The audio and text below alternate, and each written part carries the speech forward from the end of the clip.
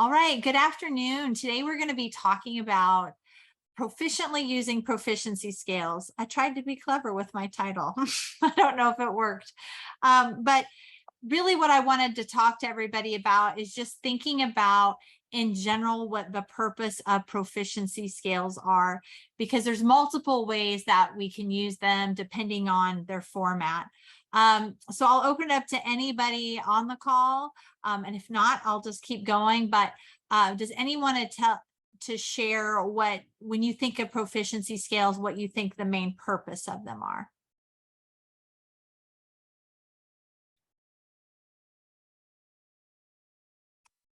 Why don't I just tell you what Marzano, I'm a big Marzano follower. And so I have two of his books left up here that I think are great. One is High Reliability School. If you haven't read those books, in my opinion, it's Marzano's take of, PLCs and a whole school model of how you build a high reliability school. And he talks about guaranteeing a viable curriculum, culture, instructional strategies. And within that framework, the second book that's on here is using proficiency scales. And as the state of Missouri is researching now through work groups, this competency-based learning, proficiency scales are going to be huge in that because they're going to help tell us from a student perspective what proficiency really looks like, and it calibrates teachers of what proficiency of their standards really are. So what are proficiency scales? And I'm taking this right from Marzano, okay, because I kind of feel like he is the grandfather of a lot of this work. Proficiency scales are a tool that display a collection of related learning targets to determine where a student's current level of performance is. And then within those scales, sometimes you will see learning progressions, which are those goals related and how they kind of progress over time. So he's saying it's a tool that's showing you all of these related targets. And if you followed any of his work, he usually groups his scales into what he would call measurement topics. To help us understand that. And so what Marzano would say, the purpose of the scales and the format that he recommends, they help you determine the proficiency level of a student. They help you identify where a student is within the mastery process. So some people are going into personalized learning. Certainly you would need those for there. Which can be utilized in personalized learning to really target where a student is at. And also it's a tool that helps calibrate proficiency level of a student for teachers, because sometimes proficiency levels in general can be very subjective. So this is a tool that helps make sure everybody's on the same target when they think about proficiency. And this next slide is just a typical blank format. Marzano talks about a 4.0 scale. He also does 1.5, 2.5, 3.5. I find those a little bit confusing. I think simpler is better, but he says in general, you should think of scales in a 4.0 terms, where 4.0 could still be, can still be within the grade level, but just how you could extend the student above proficiency. 3.0 is the standard unwrapped and should really describe the types of actions that a proficient student should be able to perform and do. A 2.0 is an approaching student where they're almost to the target, but we list out here those missing learning targets they would need to conquer in order to become proficient. And then 1 typically mirrors the 2, but it says with assistance. So it's saying they could perform some of the things listed under a 2 or a 3, but they're really going to need some support.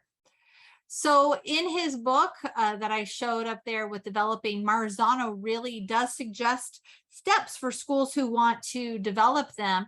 First, he says, determine your topic that you want to assess. So we might say drawing conclusions. Then he said, so once you start with the topic, then always start with your level 3.0. He said, start with proficiency, you unwrap the standard, and then describe it. Next, you start thinking about what type of vocabulary are students going to need to know and master in order to be a level 3.0 student. Then he says, once you've done that, go to the level 2.0 and start thinking through what needs to be in there, of what learning targets build up a student. 1.0, again, it's usually with assistance. And he said, once you've done the 3-2-1, then he suggests going back up and doing the 4.0. So that's really simplistic process and approach that he spells out more deeply in this book, that if you were a district engaged, wanting to engage in doing that work, I would recommend. And then here is a suggestion from me working with teams to do proficiency scales, to always develop an exemplar scale together. So I would provide teachers these specific steps. We're going to start with the 3.0.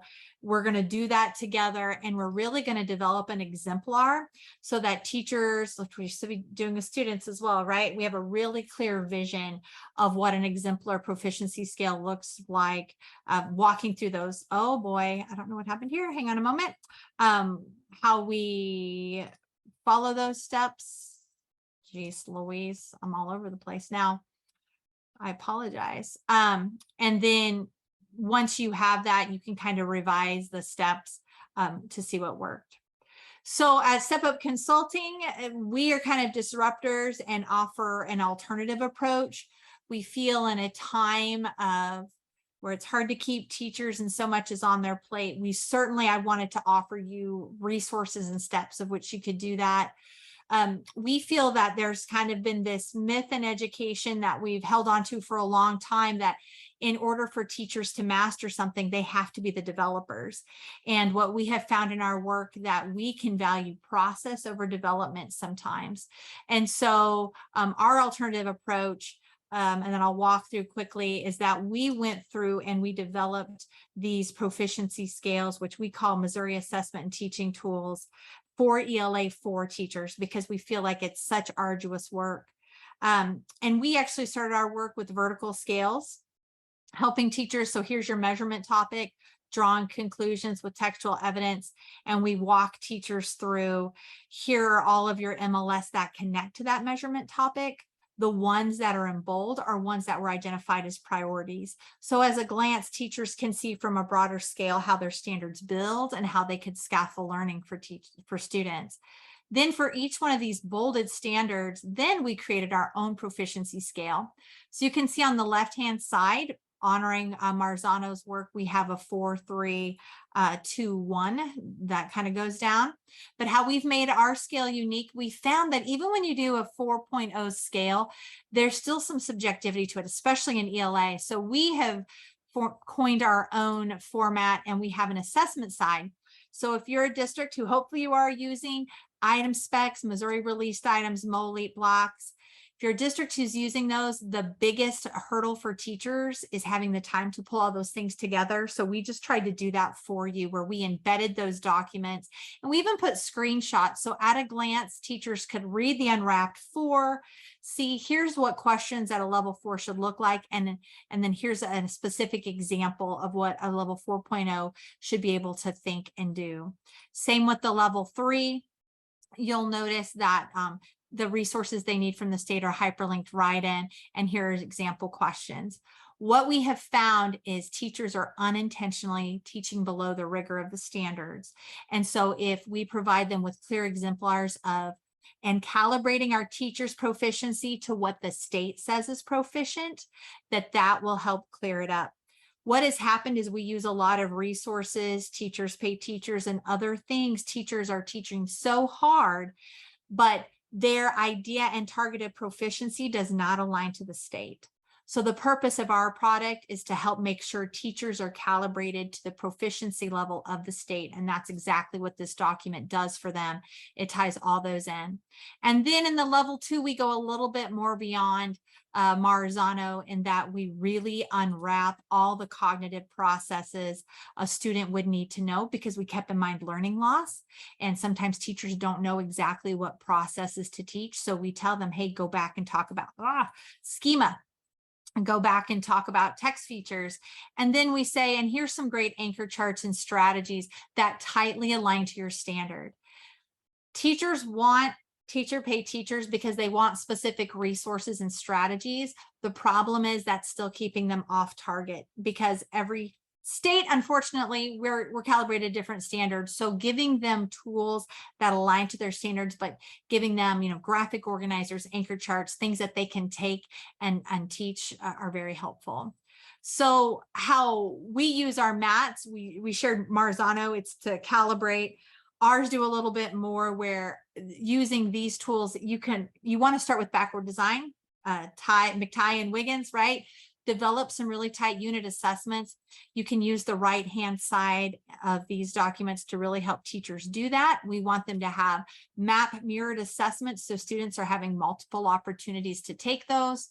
We want to make sure that we're clarifying for teachers in that below proficiency, what are the cognitive thinking skills they need to have in order to become proficient? And we want to really clear out those prerequisite skills for teachers.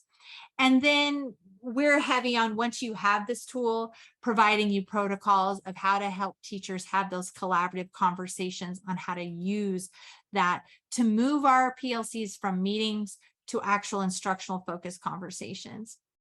So I have our contact information here, and we'll get ready to close up the recording. But in summary, if you're a district who is hoping to embark on creating your own proficiency scales, we have tried to provide the steps at the beginning. But if you are a school who is smaller and is wanting to save your teachers time, we also wanted you to know that we have an alternative approach for you. So thank you for your time.